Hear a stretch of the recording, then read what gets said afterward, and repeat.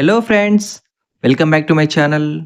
ఇవాల్టి మన tasty and healthy recipe పేరు వింటేనే కొంచెం డిఫరెంట్గా ఉంటుంది.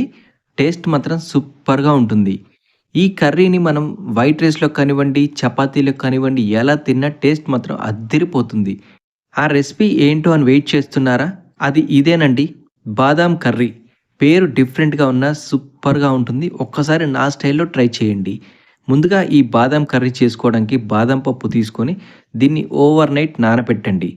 బాదం పప్పు నానబెట్టుకున్న తర్వాత ఎవ్రీ 6 అవర్స్‌కి ఒకసారి వాటర్‌ని చేంజ్ చేయండి. లేదంటే బాదం పప్పు స్మెల్ వస్తుంది. ఇలా వాటర్ చేంజ్ చేసిన తర్వాత నెక్స్ట్ డే బాదం పప్పు పైన ఉన్న పొట్టు అంతా కూడా పీల్ ఆఫ్ చేయండి. ఈ లేయర్ తీసేస్తేనే కర్రీ చాలా టేస్టీగా ఉంటుంది. ఒకవేళ మీకు ఇది కావాలి అంటే ఉంచుకోండి. లేదంటే నేను చూపిస్తున్న విధంగా పై లేయర్ అంతా తీసేయండి.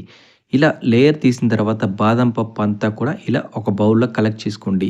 వీటిని కూడా శుభ్రంగా ఒకసారి వాష్ చేసి పక్కన పెట్టుకోండి. ఇప్పుడు కర్రీకి కావాల్సిన మెయిన్ ఇంగ్రీడియెంట్స్ ఏంటో చూద్దాం. ఒక 2 టమాటాలు, 2 ఆనియన్స్, 3 లేదా 4 గ్రీన్ చిల్లీస్, కరివేపాకు. ఇప్పుడు వీటిని ఏం చేయాలో చూద్దాం. ముందుగా ఒక మిక్సీ జార్ తీసుకొని కట్ చేసి పెట్టుకున్న టొమాటో ముక్కలు, అలాగే కట్ చేసి పెట్టుకున్న ఆనియన్ అంతా కూడా వేసి వాటర్ లేకుండా ఒక్కసారి మెత్తగా పేస్ట్ లాగా గ్రైండ్ చేసి ఒక బౌల్‌లో కలెక్ట్ చేసి పక్కన పెట్టుకోండి. ఇప్పుడు ఇలా మిక్సీ పట్టుకున్న తర్వాత దీనికి కావాల్సిన మెయిన్ ఇంగ్రీడియెంట్స్ బాదం పప్పు, ఆనియన్ టొమాటో పేస్ట్, కరివేపాకు, green chillies.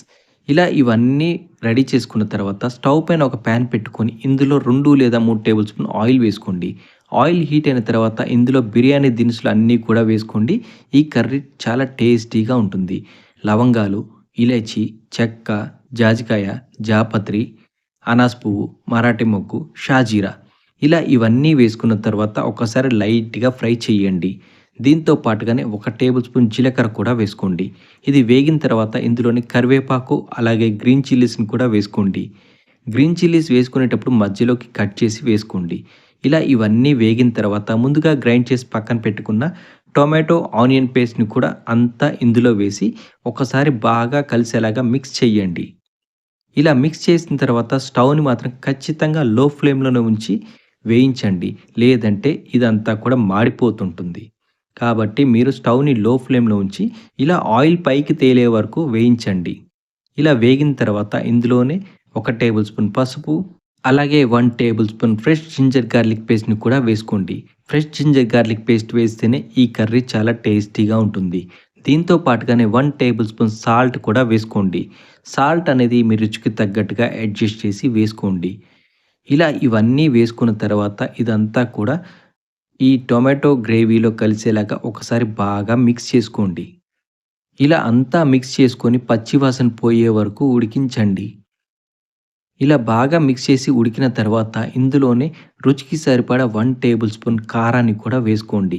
Already green chillies వేసాం కాబట్టి కారం అనేది అడ్జస్ట్ చేసి వేసుకోండి. ఇలా కారం వేసుకున్న తర్వాత ఇందులోనే 1 టేబుల్ స్పూన్ ధనియా పౌడర్‌ని కూడా వేసుకోండి. మీకు కావాలి అనుకుంటే ఇందులో 1 టేబుల్ స్పూన్ లేదా హాఫ్ టేబుల్ స్పూన్ గరం మసాలాని కూడా యాడ్ చేసుకోవచ్చు. ఆల్రెడీ నేను స్పైసెస్ వేసాను కాబట్టి ఇందులో గరం మసాలా వేయట్లేదు. మీకు కావాలి అనుకుంటే ఇందులోనే ఒక హాఫ్ గ్లాస్ వాటర్‌ని యాడ్ చేయండి.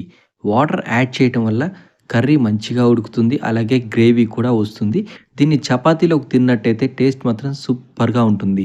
మీరు వైట్ రైస్‌లోకి కర్రీ రెడీ చేసుకున్నట్టయితే వాటర్‌ని యాడ్ చేయాల్సిన అవసరం లేదు. మీకు గ్రేవీ కావాలి అనుకుంటే వాటర్‌ని యాడ్ చేయండి. లేదంటే స్కిప్ చేయండి. ఇలా ఒక నిమిషం పాటు ఉడికిన తర్వాత ఆయిల్ పైకి తేలుతున్న సమయంలోనే ముందుగా కడిగి పక్కన పెట్టుకున్న ఈ బాదం పలుకులు అన్నీ కూడా ఇందులో వేసుకోండి. బాదం పప్పు ఆల్రెడీ నానబెట్టుకొని ఉన్నాం కాబట్టి బాదం పప్పు త్వరగానే ఉడుకుతుంది. బాదం పప్పు అంతా ఇందులో వేసుకున్న తర్వాత ఒకసారి బాగా మిక్స్ చేయండి. ఇలా మిక్స్ చేసుకున్న తర్వాత దీన్ని ఒక 5 నిమిషాల పాటు బాగా ఉడికించండి. ఇలా ఉడికిస్తేనే బాదం పప్పు అంతా కూడా ఈ కర్రీలో మిక్స్ అవుతుంది. ఉప్పు, కారం అంతా కూడా ఈ బాదం పప్పుకు పడుతుంది. ఇలా ఒక 5 నిమిషాల పాటు ఉడికించుకున్న తర్వాత మీకు కావాలి అనుకుంటే ఇందులో కొద్దిగా నెయ్యి యాడ్ చేయండి. ఇది ఆప్షనల్ అండి. నెయ్యి వేస్తే ఈ కర్రీ సూపర్‌గా ఉంటుంది. ఫైనల్‌గా ఇందులోనే కొద్దిగా ఫ్లేవర్ కోసం కొత్తిమీర, పుదీనాని వేయండి. ఇది కూడా ఆప్షనల్ అండి. ఇష్టమైతే వేసుకోండి లేదంటే స్కిప్ చేయండి. ఇది చాలా simple, quick and easy healthy recipe అండి. మీరు కూడా మీ ఇంట్లో ఒక్కసారి ట్రై చేయండి. ఎలా వచ్చిందో కామెంట్ బాక్స్‌లో కామెంట్ చేసి చెప్పండి. Thank you for watching.